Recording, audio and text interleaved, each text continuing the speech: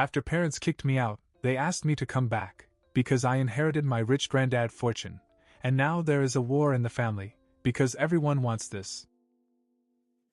I was 17 when my sister convinced my parents to kick me out of the house. Yes, you heard that right, kicked me out. It started with a petty argument about space. She wanted more space in our shared bedroom because she had recently started modeling. She said she needed a bigger closet for her clothes and a place to set up her makeup station and props. At first I thought it was just one of her usual complaints that my parents would ignore, but this time was different. Apparently, she told them that she was not comfortable sharing with me anymore and needed a room to herself. My parents, instead of shutting that down, decided that the easiest solution was to get rid of me. Of course, they didn't say it in so many words. They framed it as a great opportunity for me to learn independence. They even tried to make it sound like they were doing me a favor. I think it's time for you to start figuring out life on your own, my father said. We know you'll thrive out there. My mom added. Yeah, sure. More like they bent over backwards to make my sister happy. I didn't even get the courtesy of her telling me directly she avoided me the whole week before I left. So, at 17, with nothing but a duffel bag of clothes and some cash, I moved out. Luckily, my best friend Ethan's family took me in for a while. It wasn't glamorous, but it was better than staying somewhere where I clearly wasn't wanted. I worked odd jobs, went to school during the day, and saved every cent I could. I cut off all contact with my parents and sister. If they didn't want me around, I wasn't going to beg them to reconsider. Then my life took a turn I didn't expect. My grandfather, who lived a few hours away, heard about what had happened. He wasn't close to the rest of the family they always thought he was. Weird. For living alone and keeping to himself. But he reached out to me and offered me a place to stay. I could use some company, he said over the phone. I wasn't sure at first, but when I moved in with him, I realized it was the best decision I could have made. He was nothing like my parents. He didn't judge me or lecture me about my life. He just let me be myself. Over the next year, I became his primary caregiver as his health began to decline. I didn't mind. I felt like I was finally part of a family that cared about me. One night, about a week before he died, he sat me down and said something that still sticks with me. I want you to know something, he said. When I'm gone, you don't have to worry. Everything I've worked for is yours. I've seen how selfish and superficial the rest of the family is. You're the only one who's ever shown me any respect. I was speechless. A week later, he was gone. After the funeral, I didn't talk to anyone. My parents and sister were there, but I avoided them. They tried to make small talk, acting like everything was normal, but I wasn't interested. I stayed quiet, did what I had to do, and left as soon as it was over. A few days later, I went to the notary with my grandfather's will. I didn't expect much to come of it, but as the documents were read, I realized how serious he had been. My grandfather had left me everything. The house, the cars, his savings, his stocks, everything. It didn't feel real at first. I sat there staring at the papers while the notary explained the details. We went through all the formalities, registered everything in my name, and just like that, it was official. I was the owner of everything he'd worked for all his life. But as much as people think that inheriting wealth makes you instantly happy, it didn't feel that way at all. All I could think about was him. The way he used to tell me stories about his younger days. The way he'd make tea and sit with me on the porch, even when he was too weak to walk for long. I missed him. And nothing I'd inherited could fill that void. A week later, the phone calls began. First it was my mother. She left me a message saying they needed to talk. I ignored it. Then it was my dad, saying something about wanting to catch up. I ignored that too. But when my sister called, I couldn't help myself. I picked up the phone. Hey, I just wanted to say I'm sorry about what happened earlier, she said. I wasn't fair, and I realized how much we need you back in the family. It was almost funny. The tone of her voice, the fake sincerity, it was so obvious what was going on. I decided to play along for a while. "Oh, so now you want me back?" I asked. "It's not like that," she said quickly. "We just think it's important to get back together, you know? Family is all we have in the end." I almost laughed. They didn't even have the decency to be subtle about it. I knew exactly what had changed. They had found out about the inheritance. Suddenly, I wasn't the disposable son anymore. Against my better judgment, I agreed to meet with them. Not because I wanted to reconcile, but because I wanted to see how far they'd go. I wanted to hear their excuses, their justifications, their pathetic attempts to make amends. When I walked into the house, the tension hit me like a wall. It was the first time I'd been back since they kicked me out, and nothing had changed. My sister's modeling stuff was everywhere, taking up twice as much space as before. The living room looked the same, but the people in it felt like strangers. My dad started with small talk, asking about my new place and how I was doing. My mom followed up with questions about school, acting like she cared. And my sister just sat there, avoiding eye contact. I let them talk for a while, giving them just enough rope to hang themselves. Finally I said, "Let's cut to the chase. You're not here because you missed me. You're here because you found out about the legacy." The room fell silent. The silence lasted uncomfortably long after I said it. My father opened his mouth as if to deny it, but nothing came out. My mother fidgeted with the hem of her sleeve. My sister just stared at the floor, her face flushed. Finally, my father cleared his throat. "That's not true. We just realized how much we appreciate you, and we regret how things ended before." I couldn't help but grin. "Oh, really? So you didn't hear about the will and suddenly decided I was worth your time?" My mom jumped in. "It's not like that, honey. We just want to make things right. We're still your family." "Family?" I said. "You mean the same family that kicked me out so they—" I gestured at my sister. "Could have more closet space?" My sister finally looked up, her voice defensive. "I didn't want them to kick you out, okay? I just said I needed more space. I didn't think they'd actually do it." "Oh, that makes it better," I shot back. "You didn't ask them to, you just sat there and let it happen. Thanks for clearing that up." She folded her arms and muttered something under her breath, but I didn't care enough to ask her to repeat it. My dad leaned forward like he was trying to take control of the situation. "Look, let's not dwell on the past. What's done is done. We're here now, and that's all that matters." I couldn't believe the audacity. "What matters to you is that I'm sitting on a fortune and you want a piece of it. Don't act like this is some kind of heartfelt reunion. It's pathetic." My mother's voice cracked a little as she said, "We're not asking for anything. We just want to be back in your life." "Right," I said. "So if I told you I'd already donated the inheritance to charity, would you still want me back?" Her face froze. You didn't even have to say anything. The look in her eyes said it all. "I thought so," I said, standing up. "Thanks for the laughs, but I'm done here." As I started to leave, my sister finally spoke up in a voice loud enough to stop me. "Wait. You can't just walk out. We're your family, like it or not." I turned and said, "No, you're not. You made that clear the day you decided I didn't matter. If you want something, you're going to have to figure out how to get it on your own." With that, I walked out the door. But when I got to my car, I saw my father following me. He looked desperate, his hand reaching out as if to grab my arm. "Please," he said, his voice soft. "We're in trouble. Financial trouble. We need your help." The living room looked the same, but the people in it felt like strangers.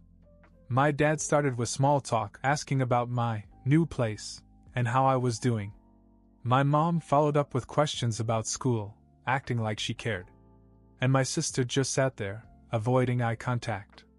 I let them talk for a while, giving them just enough rope to hang themselves. Finally I said, "Let's cut to the chase. You're not here because you missed me. You're here because you found out about the legacy." The room fell silent. The silence lasted uncomfortably long after I said it. My father opened his mouth as if to deny it, but nothing came out. My mother fidgeted with the hem of her sleeve. My sister just stared at the floor, her face flushed. Finally, my father cleared his throat.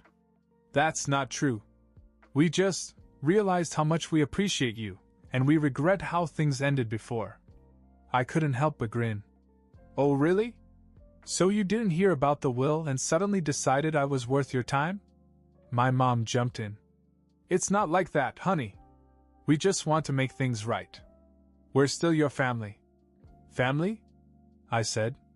You mean the same family that kicked me out so they— I gestured at my sister. Could have more closet space? My sister finally looked up, her voice defensive. I didn't want them to kick you out, okay? I just said I needed more space. I didn't think they'd actually do it. Oh, that makes it better, I shot back. You didn't ask them to, you just sat there and let it happen. Thanks for clearing that up. She folded her arms and muttered something under her breath, but I didn't care enough to ask her to repeat it. My dad leaned forward like he was trying to take control of the situation. Look, let's not dwell on the past. What's done is done. We're here now, and that's all that matters. I couldn't believe the audacity. What matters to you is that I'm sitting on a fortune and you want a piece of it. Don't act like this is some kind of heartfelt reunion. It's pathetic. My mother's voice cracked a little as she said, We're not asking for anything. We just want to be back in your life. Right, I said. So if I told you I'd already donated the inheritance to charity, would you still want me back? Her face froze. You didn't even have to say anything. The look in her eyes said it all. I thought so, I said, standing up. Thanks for the laughs, but I'm done here. As I started to leave, my sister finally spoke up in a voice loud enough to stop me. Wait. You can't just walk out. We're your family, like it or not. I turned and said, No, you're not. You made that clear the day you decided I didn't matter. If you want something, you're going to have to figure out how to get it on your own. With that, I walked out the door. But when I got to my car, I saw my father following me. He looked desperate, his hand reaching out as if to grab my arm. Please, he said, his voice soft. We're in trouble. Financial trouble. We need your help. Hearing him say that almost stopped me. Almost. I turned and looked at him. Trouble? Is that what this is about? He sighed heavily, as if carrying the weight of the world. Things haven't been easy for us. The house, we're behind on the payments. Your sister's career hasn't taken off the way we thought it would. We've had to take out loans, big ones. So now you're coming to me? I asked. After everything? You think I owe you something? I'm not saying you owe us anything, he said quickly. But we're your parents. Families help each other, right? We made mistakes, sure, but we're asking you for a chance to make things right. I stared at him for a long time. I couldn't tell if he was sincere or if this was just another act to manipulate me. Probably both. What happened to all the independence you wanted me to learn? I said. Maybe it's your turn to figure it out on your own. That's not fair, he snapped, his mask slipping for the first time. We did what we thought was best at the time. We couldn't have predicted this would happen. You mean you couldn't predict that I would end up with all of Grandpa's money? I shot back. If he had left it to you instead, would you even care that I exist now? He didn't answer, which told me all I needed to know. I have nothing more to say, I told him, and turned to get in my car. But just as I opened the door, he said something that surprised me. If you don't help us, we're going to lose the house. Is that what you want? For us to lose everything? I paused, my hand on the doorknob. Part of me wanted to walk away without another word, to let them face the consequences of their actions. But another part of me was conflicted. This wasn't just about them, this was the house I grew up in. As much as I hated them for the way they treated me, it didn't feel good to think about that place being taken away. Still, I wasn't going to hand over the money just because they asked. I'll think about it, I finally said, not looking at him. I got in the car and drove away, my mind racing. Part of me felt good about standing my ground, but the other part felt guilty? No, not guilty. Just conflicted. Later that night, I sat down with the will and everything my grandfather had left me. It was more than enough to pay off their debts and still have plenty left over for me. But was it worth it? Did they deserve it after all they'd done? I thought about my grandfather and what he'd said before he died. How they were selfish and superficial. How I was the only one who showed him respect. Would helping them go against what he wanted? Or would I just be taking the high road? Before I could decide, my phone buzzed. A text from my sister. We need to talk. There's something you don't know. The text from my sister surprised me. There's something you don't know. That could mean anything coming from her, but I wasn't in the mood for games. I didn't reply right away, hoping she'd give up, but 5 minutes later another message came through. Please. Just meet me. It's important. I stared at the screen, debating whether to ignore her or give her a chance to explain. Finally, curiosity got the better of me and I texted back. Fine. Where? We agreed to meet at a diner not far from the house. When I walked in, she was already sitting in a booth in the back, nervously stirring a cup of coffee. She looked up when she saw me, and for the first time in a long time, she actually seemed nervous. Not the usual fake nervousness she used to get sympathy for, but genuinely uncomfortable. I sat across from her without saying a word. Thanks for coming, she said softly. I didn't respond. I just waited for her to speak. She hesitated, then finally said, Look, I know you're angry with me. You have every right to be. But this isn't about that. It's about Mom and Dad. I raised an eyebrow. What about them? She leaned in and lowered her voice. They're hiding things. About the money. About why they're in trouble. I crossed my arms and leaned back in the booth. Go on. She looked around, as if afraid someone might overhear. That debt they told you about? It's worse than they said. They're not just behind on the house. They took out loans, big loans for things they didn't even need. Trips, a new car for Dad, some expensive stuff for me when I started modeling, things they couldn't afford. And now the bank is coming after them. I narrowed my eyes. And you're telling me this now because... She winced. Because I didn't know how bad it was until recently. You didn't tell me everything either. I heard them talking about it a few weeks ago. They're desperate. And they think I'm their golden ticket out of this mess. I said. She nodded, guilt written all over her face. Yeah. Pretty much. I wanted to be angry, but I wasn't surprised. It all made sense, the sudden interest in getting back together, the fake apologies, the guilt trips. They weren't trying to fix things. They were trying to save themselves. So what do you want from me? I asked. She looked down at her coffee. I don't want anything. I just thought you should know the truth before you make any decisions. I studied her for a moment, trying to figure out if this was some kind of trick. But she looked genuinely embarrassed. If she was lying, she was doing a better job than usual. Finally I said, Why are you telling me this? What's in it for you? She hesitated, then said, Because I feel terrible. About everything. The way we treated you, the way I treated you, it wasn't fair. And now that I see how much they screwed things up, I don't want to be a part of it anymore. I just want to get out. Get out? I repeated. Out of what? She looked out the window, avoiding my eyes. This family. The lies, the manipulation, the constant pressure to be perfect. I'm done. I'm trying to figure out how to get out, but I don't have the money. I didn't know what to say. Part of me wanted to call her out for playing the victim, but another part of me believed her. Before I could respond, she looked back at me and said, You don't owe them anything. If you help them, they'll just keep using you like they used me. Do what you want, but don't let them drag you down with them.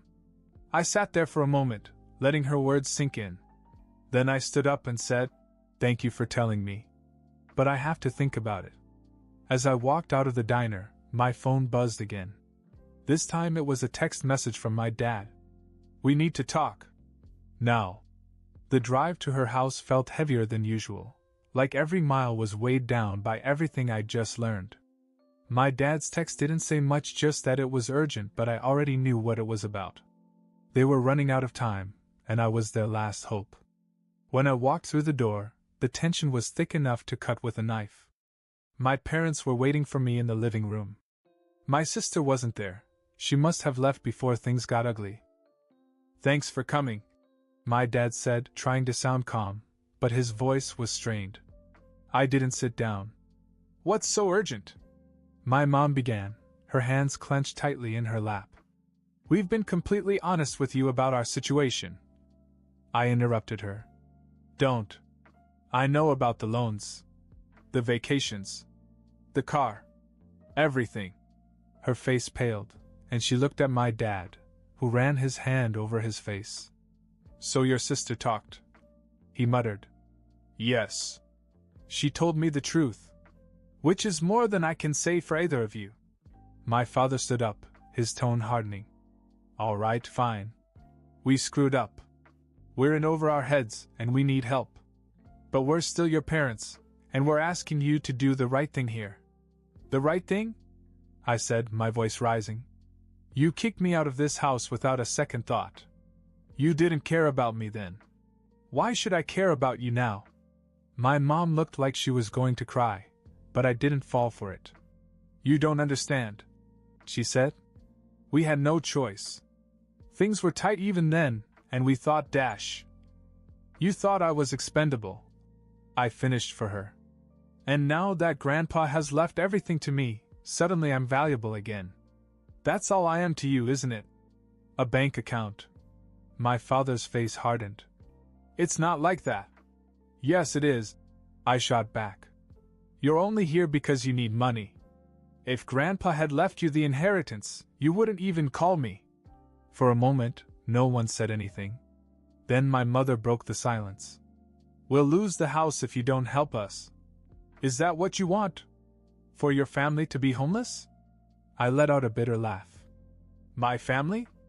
The same family that made me live on couches and scrimp and scrape for a year while you made sure they—" I pointed to my sister's empty chair had all the space and clothes they wanted? "Don't make me laugh." My father stepped closer. "This isn't about the past. This is about now. You have a chance to fix this, to save us." "No," I said firmly. "I have a chance to save myself from ever being under your thumb again. That's what Grandpa wanted. He saw through you, and now so do I." My mother's tears finally began to fall. "We are your parents. Please don't let this be the end of us." I stared at her for a long moment, then said, "It's already over." I turned and walked out the door without looking back. I kept waiting to feel bad, but I didn't. I felt free. I'd spent years thinking I wasn't good enough for her, that I'd somehow failed. But now I saw the truth. They didn't deserve my help, and they certainly didn't deserve my forgiveness. A week later, a neighbor told me that the bank had repossessed the house. My parents had to move to a small apartment in another city. My sister texted me once to say she'd moved out on her own and was working part-time while trying to rebuild her life. And me? I kept moving forward. I stayed in the house my grandfather left me, living the way he'd want me to on my terms. No guilt, no manipulation, no looking back. Just me, finally free of them.